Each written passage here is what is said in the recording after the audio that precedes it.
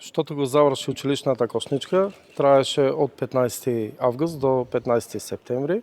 Одлична можност за сите ученици, пред се за родителите на учениците и студентите, бидејќи студентската година веќе започна и мислам дека има одлична можност во сите пунктови каде што се набавуваат училишни материјали да ги купат по поевтини цени, она што беше предвидено со одлуката и мерката.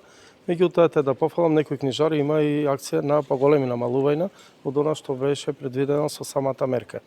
Во текот на мерката беа извршени околу 150 контроли од страна на пазарната инспекција на преку 400 објекти каде што се продаваше училишен прибор, вклучувајќи ги тука книжарите, маркетите и другите пунктови каде што се продава.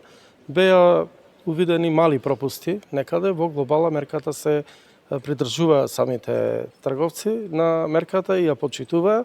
Имаше мали опомени, меѓутоа до крај се испочитува мерката и мислам дека од она што го имаме како првични сознанија, а конечен податок имаме во петок со известување до влада, по ученик е заштедено од 750 до 2000 денари и просечно на семејство кој има два ученици или студенти би заштедиле во овој период 3000 денари токму со училишна кошничка.